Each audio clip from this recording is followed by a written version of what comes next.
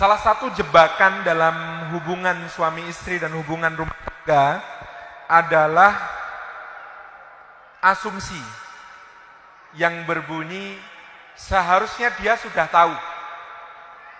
Jadi kita menganggap seharusnya suami sudah tahu kalau begini. Atau sebaliknya, suami menganggap harusnya istri sudah tahu kalau begini.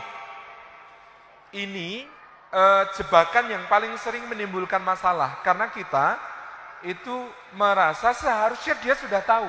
Padahal memang dia ternyata memang sama sekali belum tahu gitu. Apa yang kita inginkan, apa yang kita kendaki gitu. Maka dulu salah satu sunnah hasanah salafus saleh, malam pertama itu dipakai untuk diskusi kadang-kadang bablas sampai subuh. Jadi belum sempat hal-hal lain, adanya diskusi dulu. Diceritakan tentang istri Abu Sulaiman Ad-Darani rahimahullah ta'ala, di malam pertama dia mengajukan beberapa ratus pertanyaan kepada suaminya. Isi pertanyaan itu apa? Di antaranya berbunyi, temanmu yang manakah yang harus kumuliakan dengan pemuliaan terbaik, mana yang cukup dengan pemuliaan biasa-biasa saja, mana temanmu yang tidak kamu ridhoi untuk kemudian bertamu di rumah ini. Gak usah disuguh gitu kalau datang. Kemudian dia tanya lagi, kalau engkau sedang marah, sebaiknya apa yang aku lakukan? Kemudian dia tanya lagi, kalau misalnya engkau sedang tidak memiliki uang, sedangkan aku di rumah ini memiliki kebutuhan, kepada siapa kau suruh aku untuk pertama kali datang meminta bantuan?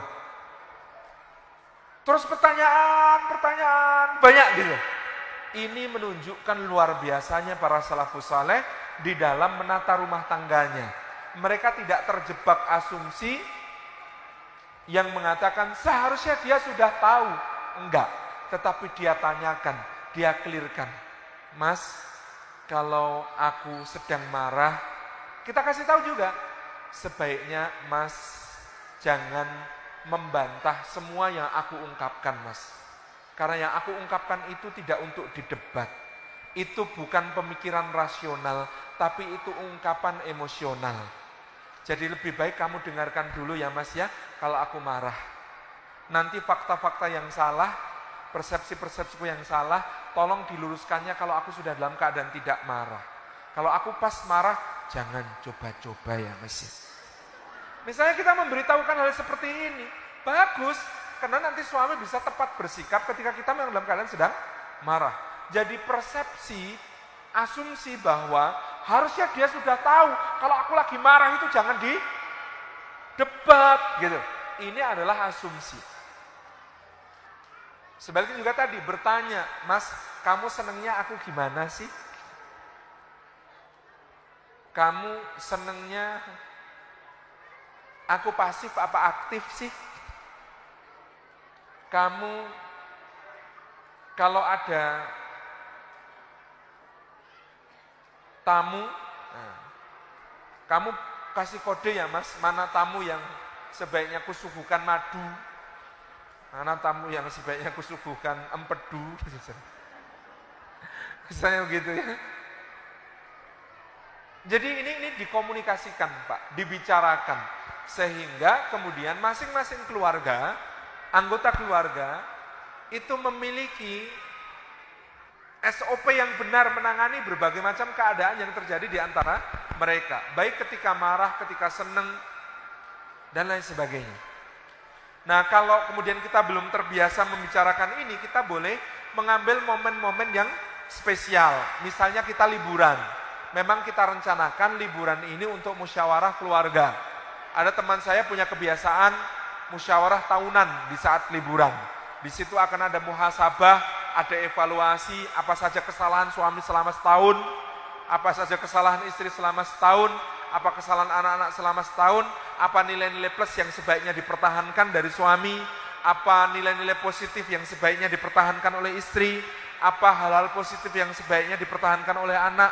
Itu dibahas di dalam pertemuan itu. Jadi ini sekaligus menjawab tadi ya Pak, yang pertama ikhtiar zahir yang seperti ini.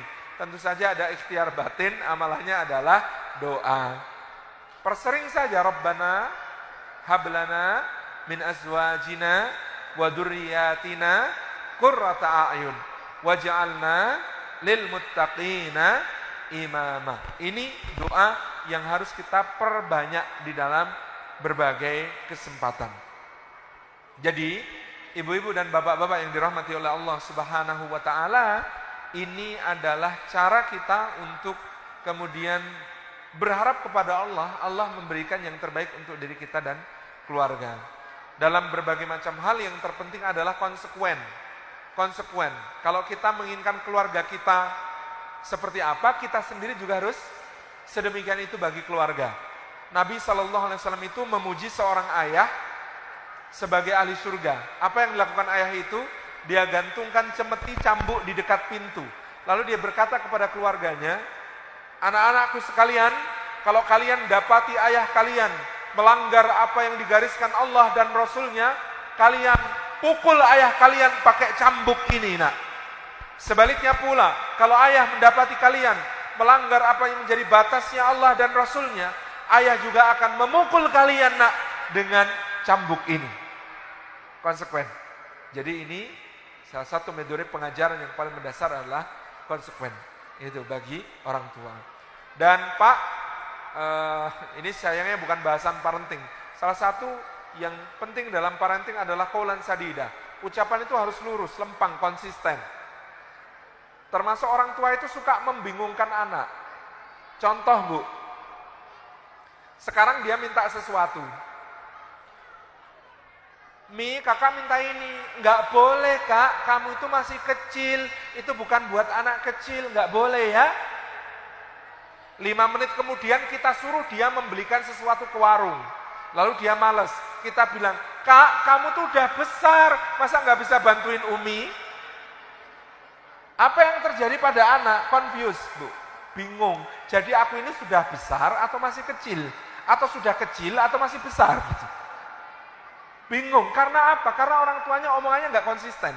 Hanya demi kepentingannya. Kalau minta sesuatu nggak boleh, kita bilang masih kecil.